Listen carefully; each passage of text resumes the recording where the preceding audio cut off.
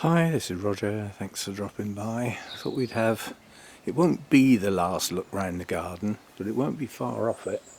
We're starting to get the cold nights now. Things will slow down, and eventually we'll start getting some frosts and things will get cut back. But this bush here, I've cut that back twice this year already. It needs doing again.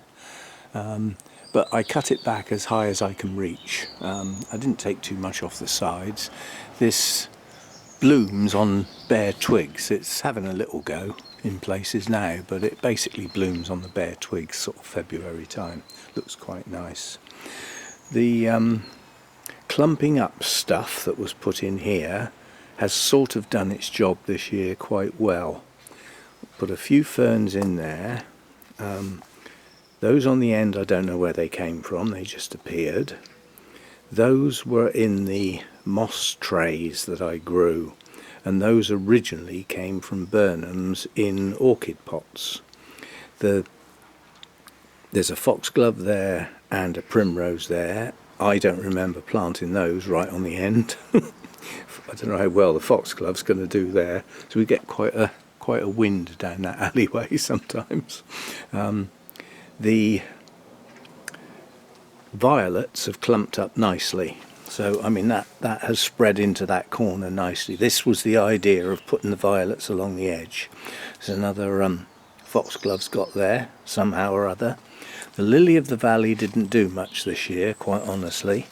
Some people said you'll regret planting that, it'll take over the border. Well, no sign of it yet. Some of the ferns have done nicely though. And we have got quite a few different ones, and some have just popped up. Some from somewhere, goodness knows where. The elephant's ears haven't done a lot this year, but they've done a lot more than they did last year, so we have an established clump. Next year I think we'll get some flowers.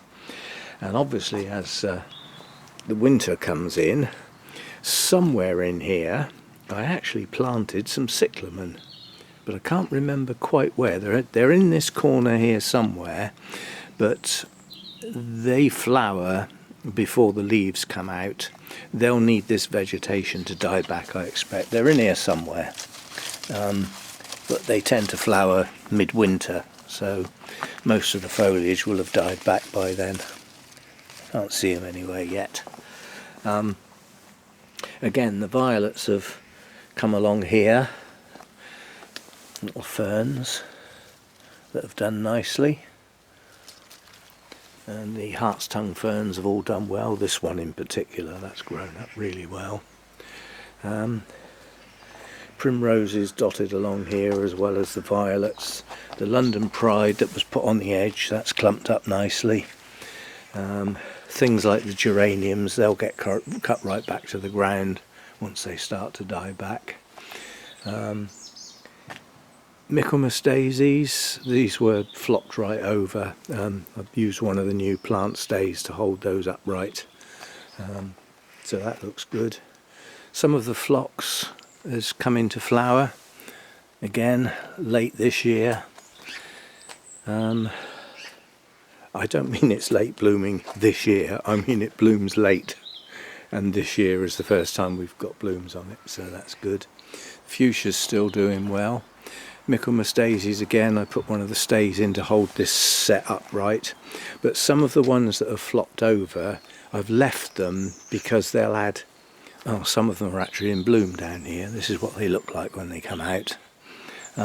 So they'll add a little splash of colour in other areas by not standing them all upright, like out here, for instance. Buried in there we've got foxgloves, possible bluebells, bulbs, all sorts of things that are just totally swamped at the moment, but they won't be. I mean, this fuchsia dies right back virtually to the ground, and once the foliage gets hit and it stops growing, that cutback can happen.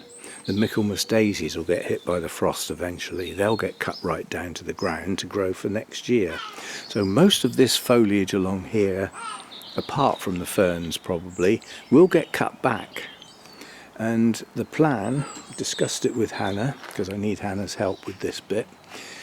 We've still got this hedge to do, and we've decided that once all this foliage is cut back and we can see the ground, we can work out where we can tread.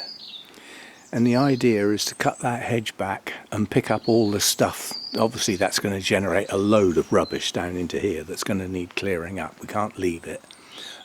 So we'll have to pick it all up and bag it and take it up the recycling centre.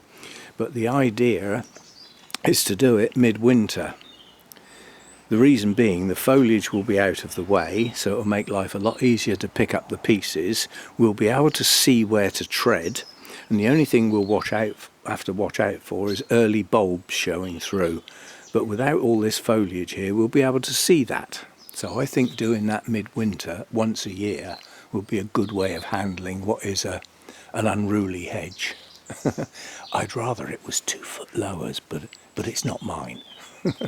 This gap here was where that wisteria had taken over the whole hedge, and I was hoping it was going to regrow, but it doesn't seem to be doing it very well. So I think we might always have a hole there, but I'm certainly not letting that wisteria get up in the hedge ever again.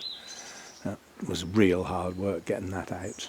So this bush here, which was cut back quite hard, has grown in and filled in the gap again, and it's now got the white flowers all over it, and the bees absolutely love this. And again, it's late nectar for the bees when there isn't much else around, so that's important. These variegated bushes will be cut down a bit next year. I don't want them getting too high. If they get too high, I can't reach them. I've got to get steps out. So they're just going to be kept as dome shaped. That should work okay.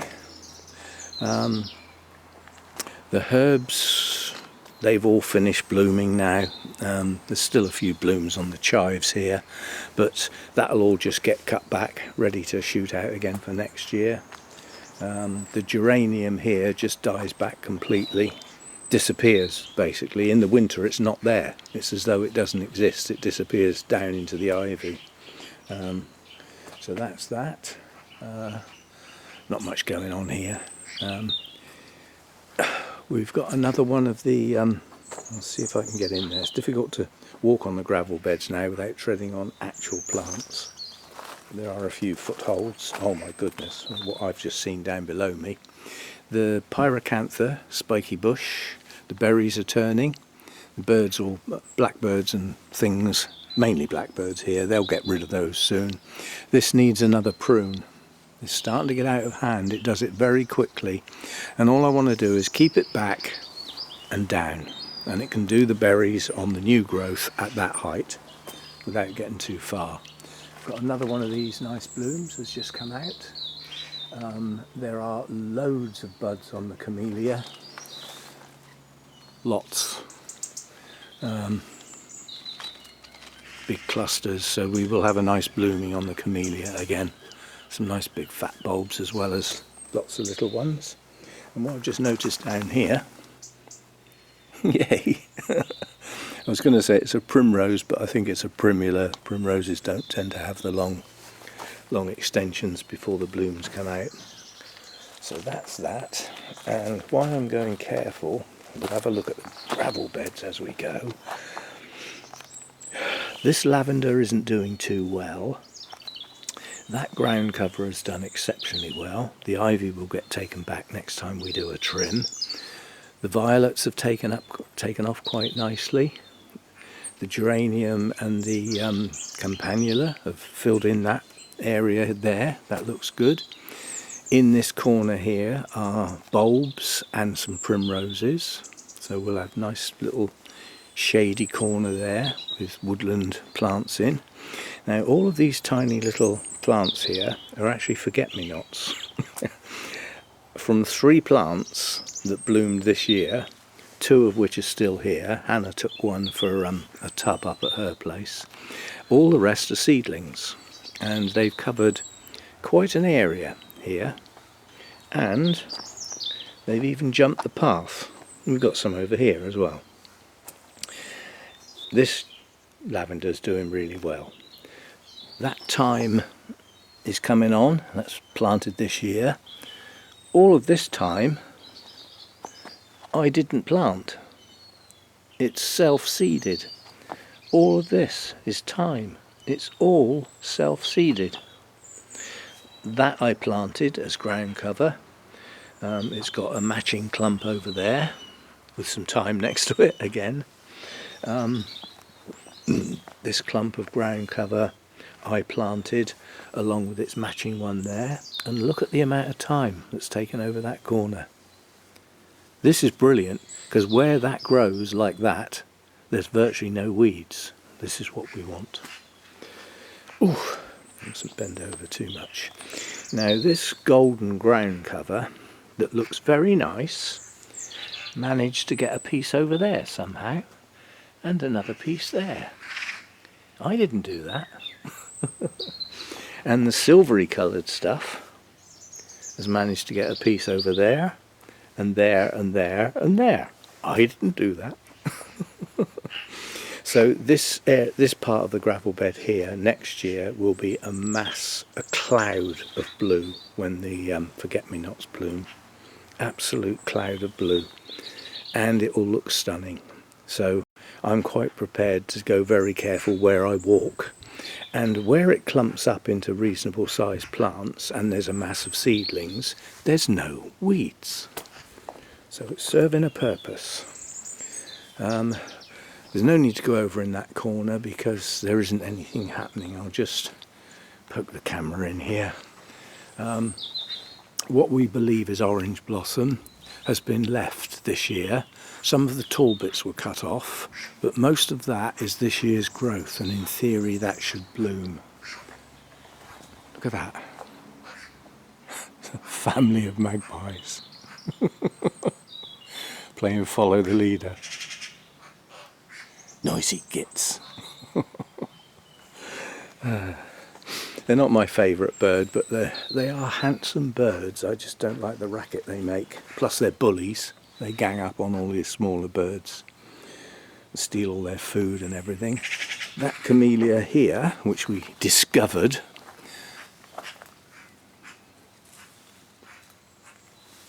is covered in buds. So it's grown enough this year to be able to produce some good blooming next year. That'll be smashing, that will, because that's a nice red. As I said, they are noisy. Still, part of the wildlife. You can't pick and choose. Somebody obviously said, "Over here, lads," and they've all gone now. They're all at the other end of the area. This area here is difficult. I haven't planted anything in here, so it gets weeds, quite a few of them. This ivy needs trimming back. You can see it's covering up the ground cover. All this needs trimming back, but Hannah likes to do that, so I tend to leave it. And there's a huge row of primroses along there. There's another one out there as well. And then there's a patch between the last primrose and that blue tub. I haven't planted anything there, and I just keep getting weeds. I weeded that less than a week ago. This ground cover bloomed well this year. That did quite well. That's lovely yellow blooms. Now we've got crows up there as well, chasing the magpies. Yay! The whole of that family are noisy gits. Magpies, jays, crows, rooks, jackdaws. They all make a horrible noise. But that's a carrion crow up there, the big one. Giving them a bit of a seeing to. Yes, families of magpies this time of year are very, very noisy because the youngsters, you know, have got their full set of feathers. They're starting to get bushy, and they're still with their parents, so they stay as a group. During the winter they'll split off and they'll end up as separate birds for next year, hopefully somewhere else. Other things that got planted, I bought this in for a bit of colour. There's still some buds to come, but we won't get too much more on these because the frost will have them. And again, with the Helenium. There's still some buds coming, still some new growth that will possibly be able to bloom before the frost hit it. But we weren't far off a frost this morning. Yesterday morning it went down to 5 degrees because I put the thermometer outside. This morning it went down to 3, so it was borderline frost, but not quite. They did say it was going to go down to 1 or 2 degrees last night, and it didn't.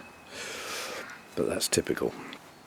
The geum didn't do very well this year, but Carol explained that you can't expect plants to put on a lot of growth and huge amounts of blooms if you don't feed them properly. So next year we'll get some decent blooms on that one. The red valerian, which has still got some shoots that are going to flower, which is good, and has seeded. I planted a whole section of seeds along there, and they're growing. Far too many and far too squashed together, but they're growing. And some more time. How did it get up here from right up the other end? But it does. And the more of the ground it covers, the less weeds there are. So break your neck, do your stuff. This scabious is still producing buds, but I've got to keep deadheading or it'll stop, basically. So we've got to keep at it, and it will keep producing right up to the frosts. It's just a matter of breaking them off. I have a dumping ground over in the corner here. It's down there where we just put rubbish. Weeds and things. Yes, so the buddleias. Since I got the feed from Carol and started using it, they've gone mad. Now imagine how good the blooming would have been if I'd been doing that from the start of the year instead of late in the year. But all this is new growth as a consequence of feeding. And all of these growths have got decent sized flowers on that will open before the weather turns, hopefully. Got a few out, but not too much. But this is all new growth from pruning and feeding. So we're going to get a lot. I mean, it's practically taken over the path here. It's put on so much growth it's bent over. That's good, you know, I'm not knocking it. And this one over here, a bit later, but this is a slower grower, the white one. But it's doing its thing. It's pushing on a lot of new growth, and all of these new growths have got flower buds. So we're going to get a lot more flowers on there. The, I can never remember the name of this thing. Achillea, yes. That just needs cutting back, and then next year that will flower again. It's not going to flower again this year. It's done its thing this year, so that's all that's happening there. And then down through this section, again, to try and combat weeds, has had quite a bit planted. We've got that lovely silver-leafed, that's rose campion. There's some bugle in there with the deep purple leaves. There's some ferns. There's some thyme. There's some other types of ground cover. Some primroses. There's also some bulbs in there, snowdrops, bluebells. So gradually I'm filling up areas that are a constant pain due to weeds. So that's that bit. The catmint's done really well this year. The bees have really gone for that, so that's good. And then over here, this herb down here, whatever it is, I think has died. That's it's a lemon variegated thyme, and it didn't do very well. The perpetual wallflower just does what it says on the tin, basically. But these growths down here won't grow this year. These will extend in the spring. And these are the last of the flowers for this year. But, you know, I mean, that's a relatively new growth. There's stacks of buds still to come. And then the lavender, one of the types of lavender in here grew really well, and one didn't do so good because there's 2 different types in there. But this will all get cut back soon into the as near to the old wood as I can get, still leaving some shoots. So, you know, sort of down into here, sort of like that, so that there's shoots to grow. If you cut too far back, the stem will die. So, and then the rosemary, that's grown really well this year. This is going to be a mass of blooms next year. And then immediately it's finished blooming, it gets cut back hard, and it'll do this again, ready for the following year. And the little golden fuchsia that I thought I'd lost managed to put on some growth and has got some buds. I thought I'd lost that completely. Wasn't happy at all. This bush has pushed on quite a lot of growth and has now reached the height I want it to be. So that will now be kept at that height and hopefully just get bigger and fill this corner up so that we haven't got to look at that ugly fence. That's that. Spiky bush Hannah cut back last time she was here. Again, we're just going to keep that at that sort of height. And it's shooting out from the trunk, which can just be kept under control. Again, it's anything that hides the fence is worth keeping. So the maple, that's done well this year. With these magpies around here, I feel like a double act. But the maple's done well this year. It's put on quite a good bit of growth. And again, if that's extended between, well, it's about 1/3 of a metre, between 1/3 and 1/2 metre this year, it will do the same again next year. So that's going to be a lovely tree by the end of next year, now that it's free from the bamboo and can be allowed to grow. So there we are. That's a sort of tour round. The shed and the fence got painted. The piece of wood got screwed into the fence post and the strong timber that's on the inside of the shed. That now holds the fence post in place. The fence is now sturdy and strong. I've bought the felt for the roof. I haven't got round to doing it yet. And that it needs doing before winter, but I need a nice day when the sun's out so that the felt's easier to handle. It's more pliable. And I forgot the sedum. That's coming into bloom now. And I've had butterflies and bees on that. There are still a few butterflies around, but this year's been very bad for them. Hasn't been good for the bees either. So there we go. And the Himalayan honeysuckle has done well this year. That's been in flower most of the summer and still got blooms on it now. It's a strange looking thing. Got berries on it too. I didn't know it had berries, but there you go. So that's an unusual plant. I didn't get that. It was already here.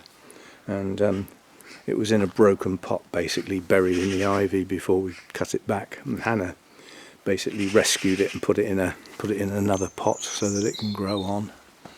And yeah, that's done well. So there we go. That's what's going on. There's still work to do in this garden. You know, keeping the ivy in check will be a permanent job. That will never go away unless the ivy's removed, and that would take 2 or 3 years to completely remove it, of hard work digging down into the ground. And given whatever's supporting this ivy here is probably rotten, it won't be brickwork, it'll be wood and it'll be rotten.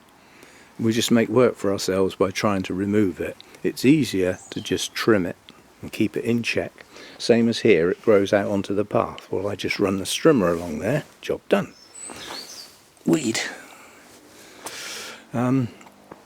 Yeah, so maintenance will be permanent. There'll always be some to do, but manageable maintenance. It's like here. Look how far that ivy's come out. The boundary's back here. So again, I'll run the strimmer along there, but I usually do it when Hannah's down, because clearing it up is the problem for me because of my back. You know, it's all bending and sweeping and stuff, which doesn't do me much good, whereas Hannah enjoys the clearing up because she enjoys the result. When the clearing up's done and all the bags are stacked up in the corner, you can see the work is finished, and she likes doing that bit.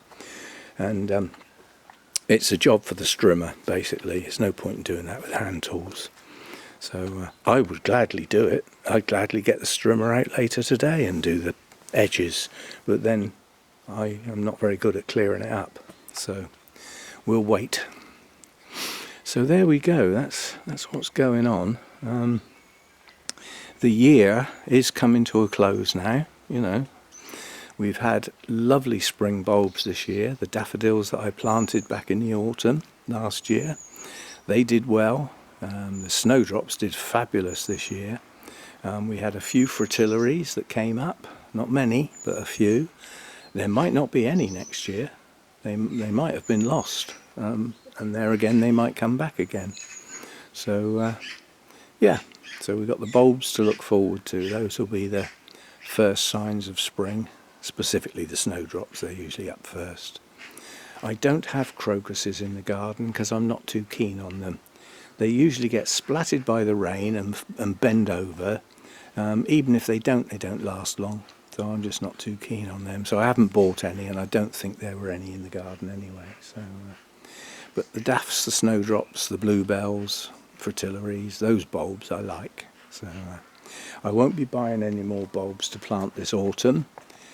I'll see what's survived, you know, because obviously they, you know, the blooms from last spring. Those bulbs will have died back into the ground, and they will hopefully come up in the spring. Those that don't or haven't done very well, I might replace, or, you know, get some more in. But this autumn I'm not planting any more bulbs. We'll leave it at that for this year, and then we'll see what comes up next year and how well it all does again. At least I now know what is in the garden, which I didn't, you know, for some time. I moved in December 2021, so 2022 was a matter of just letting the garden do its own thing to see what there was, you know, to see what bulbs came up in the spring, and, you know, what the shrubs did, how vigorous they were, all that sort of stuff. So that, and then towards the end of that year, the hard work started, cutting everything back. And that hard work's done. This will always be a pain, trying to keep this in check. I mean, that's been cut once, not that long ago. Again, it now needs the hedge trimmer put over the top, just around it, take those extensions off. But I need to get up on the steps to do that. I need Hannah. Needs two of us. So same with this hedge, it's going to need two of us. So that's where we are. A lot of growth this year, some stuff in tubs that, you know, we didn't have before, that seems to have done quite well. And the stuff in tubs next year will do much better. Now I've been shown and told about feeding, so we will get that done for next year and get some vigorous growth going. So the next thing, which I will sort out, is going up the tip, because it's had it. It's completely disintegrated.